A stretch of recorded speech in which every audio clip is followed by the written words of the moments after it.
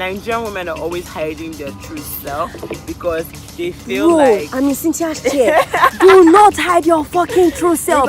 Do not fucking hide your true self because, bitch. You know, they pay anybody, man.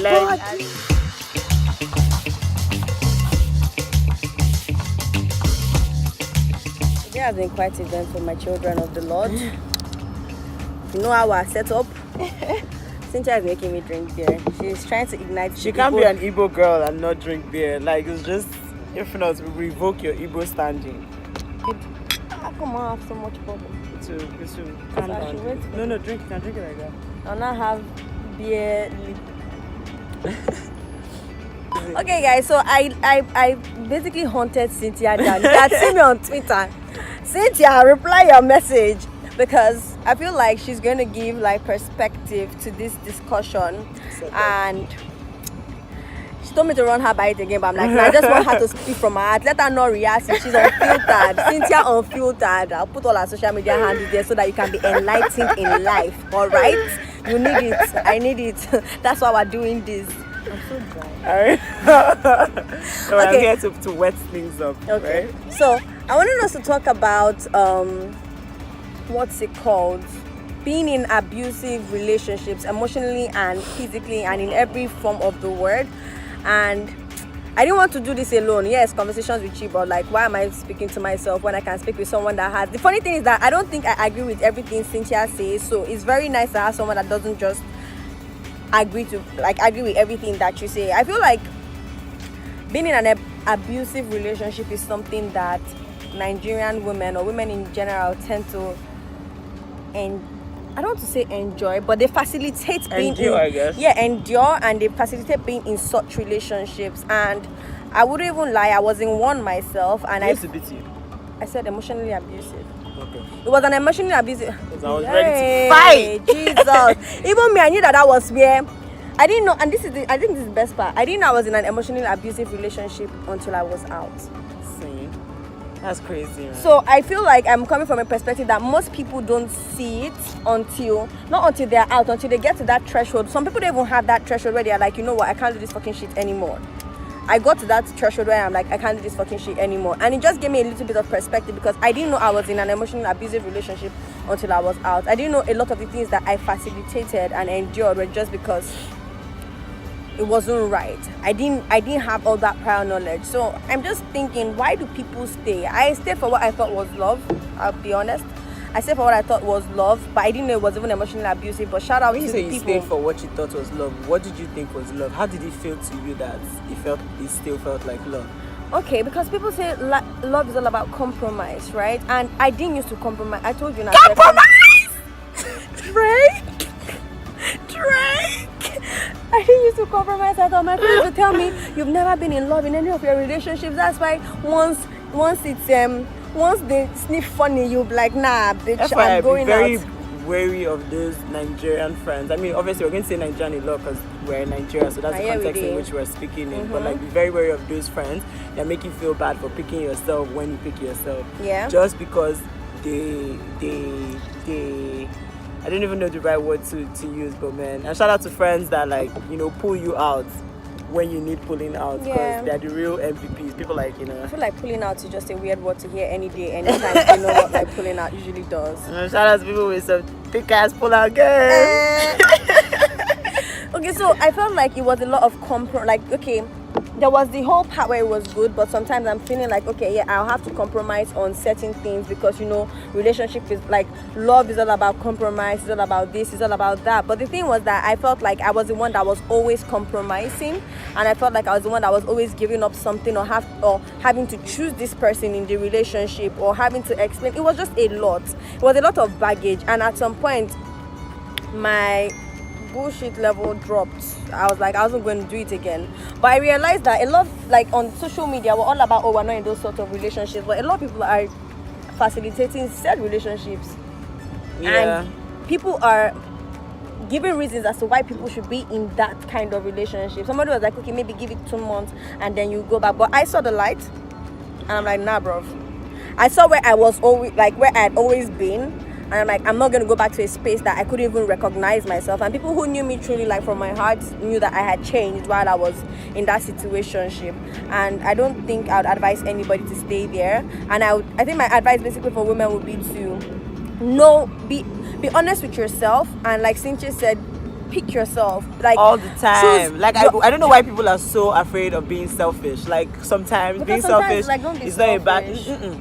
To be very honest, because it's like someone asked me the other day that like, what does success mean to me? And I said success meant like being comfortable, being happy, being like feeling fulfilled. And in feeling fulfilled, it meant like, to me, that means like doing things for my community, right? Now if you think about it, even when you're being selfless, to an extent, there's a level of selfishness to it, because you're still doing it because it makes you happy. Do you understand what I mean? I've never in the world of philanthropy seen anybody that went out of there, even when they're feeding people on the streets, that they will say there's no food at home, but you're still in the streets feeding niggas. That's weird. Show me. Like, nobody's Jesus in these streets. Like, even Jesus, do you understand? He had like, you know, spiritual sustenance to a large extent. So it's like anything you're doing always comes from a place where it's like you're good first. So I don't see why that should be different in a relationship. I just feel like more women need to like not be afraid to be by themselves, because I feel like that's what's like directly or indirectly like facilitates these like endurances. Like, it's like, why you, when you think about, I think it's the situation of like, we don't even understand what love is. It's been so watered down. Like, what is love? It's like, I saw my and I'll use it like an example. Oh, my mother-in-law meant she was doing this, that. That's the model of what a relationship should be like. You know what we've seen our parents do, or what we think, or what we feel like. But if anything else, like your parents' relationship for one, or even just like other people's relationship, should be a reflection of, okay, I like that. I like it. Shouldn't have to like mirror completely. It should be like, I think that's because you're like very open, almost like a menu. But most people for you to be like, oh, I like this, I like that. That's how people like start to feel. Like, I have to compromise. I have to not take that good job. Thank you, Jesus, for forgetting to instill that part, because I cannot relate to these things. Like, I think it's because we don't necessarily completely and totally understand the concept of love, because I think the way it's been wired in this world is that the women are the only ones that are able to feel. It's like, oh, men are logical beings. They don't feel anything. That's not the way they are wired. And I'm like, fuck. You just said something super important. You said men are logical beings. Why can't women be logical beings? Because now there's something that I've noticed, like no man, or actually all men, most men, let me not generalize, most men are very clear with what they want from a woman. Like, and hence why patriarchy is such a big thing, because guys are very, it's like, you hear guys say, I can never marry a hoe, whatever hoe means. And then you see women who now strive to change a hoe, to ensure that they don't in any way come off as a hoe, whatever a hoe being a hoe means, just so that a man will find them desirable. Now, a woman knows she doesn't want a man that will beat her. A woman knows that she doesn't want a man that will tell her, oh, you can't walk, or whatever, like the things that she knows that like she doesn't want. But she would still compromise on those things when she meets a man. But a man will never do that. That's why men, you see men that will date women that they will say from the beginning, I like skinny girls. Now, you marry your husband, you have your first 2 kids. Before you know it, you are now fat. He's not coming home again and you are now mad and upset. And he's like, oh yeah, you had kids and then you're fat. But guess what? He told you from the beginning he does not like fat girls. You're now the one who's changed. And that's where healthy compromise comes in, because at the end of the day, if you know that your husband doesn't like fat women, yeah, we get you had a baby, but like, fix up, bitch. Get him to even pay for your surgery. Like, if you asked him, he will probably pay for it, because he does not like fat women. Okay, he want your body banging. Do you understand? But women would entertain all these things and then be surprised when like the guy is like sticking to his own guns. They add surprise smiley. No, I think that makes a lot of sense, and that's why we have a lot of that emotional and physical abusive type of relationships being from the women's side. Like, they are tolerating all of that, because it's like, it's like the first time a man slaps you, why didn't you leave? You know that it's like, it's not rocket science that if they slapped you before, they will slap you again. Slap you again. But no, you make excuses like, oh, he was so upset. And I mean, yeah, there are the oh my god, chances Cynthia, where... I would, and not about being physically abusive. I never experienced that, and I felt, and sometimes I feel like people think that, oh, one is better than the other. It's not. I think it's the same amount of intensity on your person as a human being. As a human being. Because I would always make excuses for the reason why he did whatever he did and why that thing was like that. And funny enough, the blame will not be, it's me. I need to fix up. I need to change myself. Never but make this is, excuses for people, man. I think it's not, never make excuses for people, but also be honest with yourself. Honest with yourself. And I say this because once you know who you are, and it's not about some nirvana journey you're going on. Once you know who you are, what you stand for, the things that you're weak at, the things that you're strong at, you're able to know when someone is bullshitting you, or when someone doesn't want you to be the best version of yourself, or when somebody wants to mold you into what they feel is the perfect version of who they want, but not the perfect version of who you're supposed to be. And it's ridiculous. Don't make excuses for people. Like, if a person is a shitty person, let's leave it at that. But find yourself. There are some times when I will do certain things and I felt like the corrective measure was a little bit too far, because I'm a human being, I'm not perfect, right? But it didn't come from a place of love. You know, when you're correcting somebody with love, it wasn't coming from that place, and everything was just bad. It was just really, really bad. And I don't know why we keep doing this to ourselves as well. Can't relate, because I don't do it to myself. I mean, at some point in life, you would go to, how do I put this babe that I knew in uni, strong as Igbo feminazi like this, and she was in one relationship that everybody was like, is it this babe? Do you get, you would always experience things in two ways. Either you become that subject, or you're able to learn from other people's experiences. But I really do not know why I didn't see it. And I think that's just the honest truth, and which is why you see certain women in certain relationships, Cynthia, you're asking them, is beating you, she's crying, she has black eyes, she's telling you love her. I honestly, but then again, because they don't see. Actually, no, it's not even about. To be very honest, it's not about seeing. I think that it boils down to self-love, and obviously, self-love is a continuous, endless journey. Do you get what I mean? So now, the point of self-love that you were in that relationship and where you are with self-love now are two different like stages. Every time I wake up, I'm like, damn girl, at two different stages, because like. There's a particular level of self-love. Makes sense, because also like sometimes we think like love is about the other person showing us something, right? Like showing us that feeling, that emotion or something, and we forget that we're meant to show ourselves that thing that we want first, so someone else can look exactly. You understand? Exactly. I think I was watching Sex Education, shout out Netflix, right? And the guy was like, it's like if you keep on, like if you're insecure about the way you look and you keep on talking about how you don't like yourself, how do you want him to see the version of you that you would think he actually means what he's So it got me thinking. Then I won't say I didn't love myself. I loved myself, but I also felt like I needed somebody else's love to complement or complete that love. And you hadn't unlocked all the levels of your self-love. That's why you felt that. No, I think I hadn't. I'll be honest with myself. I hadn't, because right now I'm still a growing being, and I'm in a much better new place. Level of self-love than there. Because again, it's just at the end of the day, say for instance, someone like me, there's certain like things that I'm used to being done for me. Shout out to my mom, and like that has just like it sets the tone for just like it's like if like say for instance like. There's just certain ways my mom expresses her love for me that I just know that, like, how do I explain it? It's like if someone who loves you can do these things for you, like somebody, like you can't come and do anything less. So now it's like, imagine people who end up in relationships or marriages where it's like the person knew before you got into that you don't cook. And then when they get there, there's now suddenly this like let me explain that to you. I think one of expectation. the things that actually got me to that point where I broke, and when I say I broke, that means I did not tolerate bullshit anymore, or where it was just the last bullshit I was going to take, was that I realized that with my family, we're like 7 of us and we fight a lot. We fight every day. My siblings will tell you I'm like the most annoying person. I'm constantly fighting and I'm constantly apologizing. I'm on those two grinds all the time. Like, yes, yeah, but I realized that my family is a necessary evil. They didn't choose to have me in their life, and so they've decided to keep me there. And if my family is able to forgive me for the darndest of things, why is a fucking nigga upset that I did not tell him about something that my family found out on social media? You're mad. You can't, like, sometimes I'll think about it, right? If my family isn't upset at me for doing a certain type of thing, because the thing is that they love me unconditionally, why are you upset? Why would you do things to me that my family, that on a good day they've seen me in every way, should decide not to love me?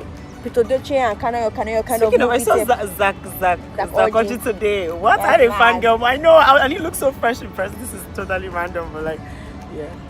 So like I was thinking, like, if my family can love me unconditionally, and not just my family, my friends to love me unconditionally, why am I in a relationship with somebody that I'm sharing deeper things with, and they can't, you understand, bring themselves to like be that for you? It was pointless. And I think for every woman that's in a relationship where you don't see it yet, you need to, like Cynthia said, love yourself more. Find things that you will see that when you unlock certain chakras in your body, you will be like, what? You're like, me?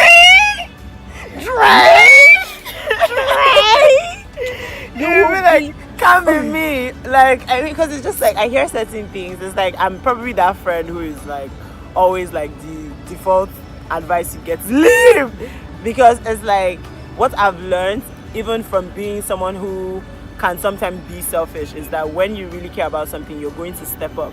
Do you get what I mean? There have been like times in my life where like I've gone out of my way because I know I care about somebody and I care about how they would feel in that moment. I go out of my way to either like what you do, manage my reaction to something, or like manage like, or make sure that I'm like meeting them where they need me to meet them, because that's what you do. That's why you can't be friends with everybody, because that's an exhausting like space to be. So if you've chosen for someone to be your partner, the least you can do is like meet them halfway where they need you. So I mean, obviously that also comes with having like realistic expectations from people, because like Chidera said, people aren't perfect. But I just feel like if more women had like more commitment to like that, like self-love to journey, building themselves, to like, if you're busy making being worried about society, if you're busy on your grind, if you're working hard to make sure, like one of the energies I'm dealing with in 2019 is I'm willing to work twice as hard for the kind of lifestyle that I want to adopt. Preach. Right? And so that means like I won't be available all the time. I wouldn't be by my phone waiting for you to call me all the time. I wouldn't be just there. You'll know I always have 1, 2, 3, 4, 5 things going on. And these things genuinely make me happy. The person that loves you is going to understand this, won't make any big deal out of all of this. And when you get to that point where you are truly in love with yourself, you're also able to say, you know what, I'm going to do this, and also take out time out to be there for people, because that's another thing that I'm trying to do. It's not like you're just selfish to yourself. Part of you loving is also pushing that love towards other people. Do you get? So it's not like, oh, like when people tell me, oh, the way my life is set up now, I'm not really. It's not like you don't care about people. That's the easy part. You being there for other people should not be as hard as people make it to seem on social media and everywhere, that they're always forming I do not care. You should be able to project that, and you'll be able to do that once you find out that you love yourself, and your love is too much for you to just keep. You need to share it. God is love, like with other people. It's like, even when I see certain Christians like Christianing, it's kind of like, yeah, like the one thing that like is constant in the Bible, God's, like Jesus' legacy or God's legacy or whatever, is like love. Like love is, if you love yourself, you're able to love others. Like God loved us. He loved us so much, he gave his only son. That's an extension of how he also expects us to live our life. So it's like, when you love yourself so much, you're willing to, it's like you want the people around you to be better for it, the same way you want yourself to be better for it. So when you find yourself like doing only one part, so whether it's like you're loving others so much that you're forgetting yourself, like you're making sure everybody's okay, that you're not, you're making excuses for everybody, making sure everybody's perfect, but you're not. Nobody's making excuses for you. That's not what God intended for you. And then when you're loving yourself so much that you're consumed by it, where it's like you're not, like you're indifferent to the people around you, that's not also like, there has to be like balance. I think that's why I also want to come in, because sometimes, right, the people that are perpetrators of these abusive relationships, they do not understand that it's a selfish kind of love from them. You're trying to mold somebody into the person what you want you them want. to be. Like, are you what I want? Have you asked yourself, are you I what can't remember I want? when on my way home the other day I was with my colleagues, and then one of them just got married. And then they were talking, the other one was telling her, oh, you know, married life now, you have to be cooking every day. And that one was talking about how she has to be cooking every day. And I'm like, I don't know why women keep doing this shit. Where, not cooking every day, but you know, like some marital activity that just makes life difficult, apparently. I don't know what it is. And she was like, oh, you know, that's how men want what they want. And I'm like, but me that I want man that can afford all the riches in life and whatnot. Am I complaining about you? That's you want me another to thing cook I don't fresh understand. soup, but am I Like, asking you guess for 100 what? million so that I can feed my expensive Babe, behavior? guess what? No. It's like speaking of that conversation of like, you know, what men want in marriages or whatever. When I see these things on Twitter, it's like, you guys, the conversation is so daft, because at the end of the day, it's like your partner. The whole point of a partnership, the whole point of a relationship, the whole point of a marriage is like, I'm giving you what you need and you're giving me what I need, right? Now, if what you need is someone who gives you fresh meals all day, that's cool. Now, what I need is someone who like provides to ensure that I have the time to cook them fresh meals all day. Are you giving me that? And when I say you giving me that, it's not the one that you put on allowance, but then it's like there's so much tension on that too. When she now comes for the hair money, the earring money, the nail money, the like ₦1 to buy, you know, the tissue she wants to use to blow her nose, then you suddenly have a problem. But it's like you ate fresh palm oil soup last night though. Do you get what I mean? So it's like, as long as your partner is able to give you the things that you need, I don't think that there should be an issue with giving them what they need. But you should also know what you need as a person, right? Which is like doubling back to why we started this conversation. You should also know what it is that you need as a person, so that you are able to demand that from somebody, and the person knows like, okay. And you only get that by spending time with yourself.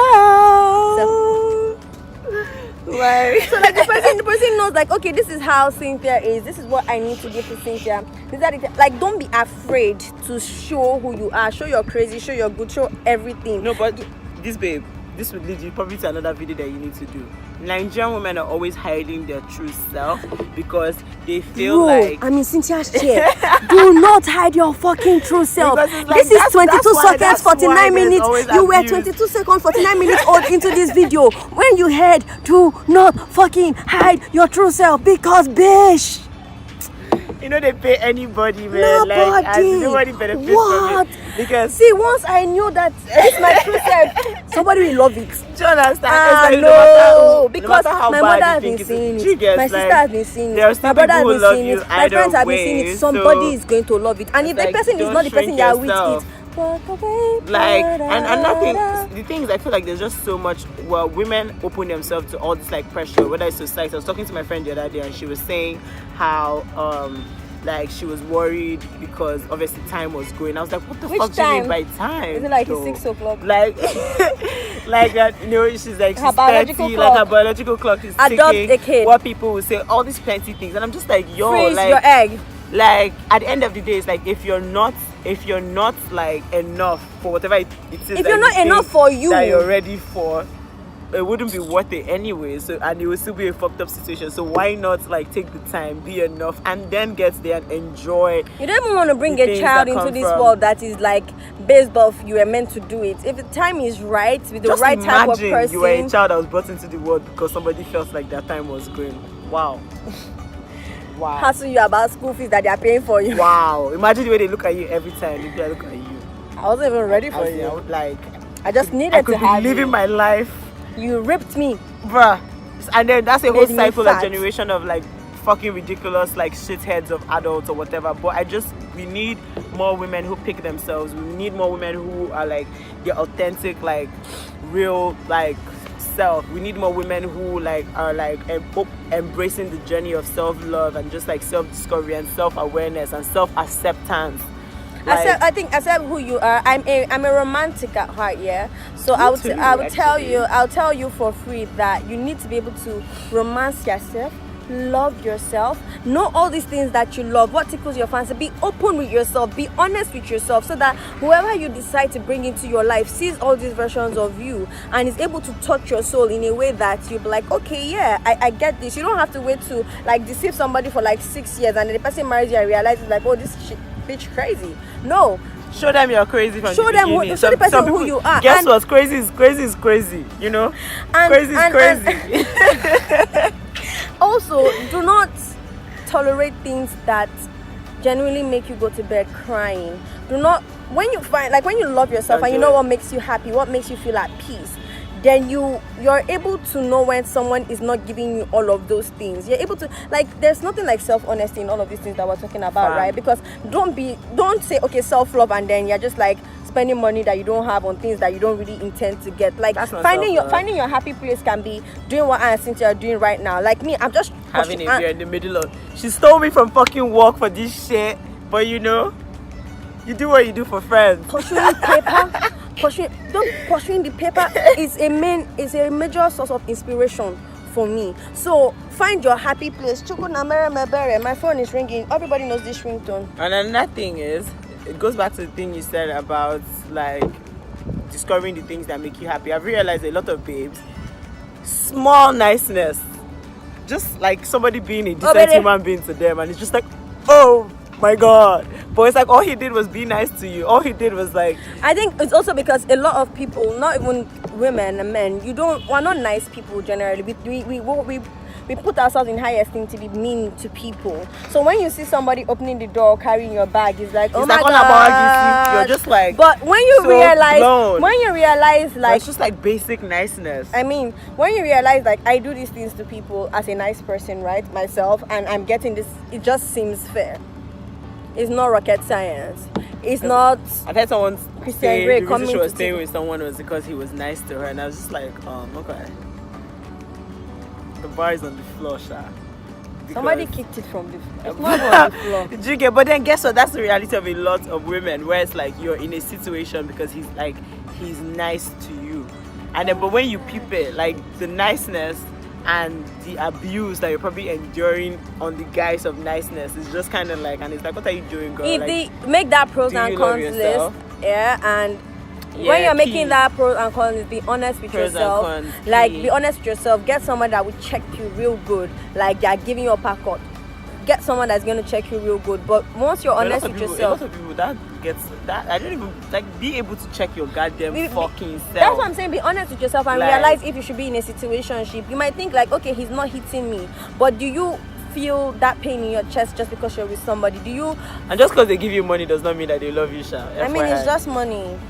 It's like FYI. It's really just money.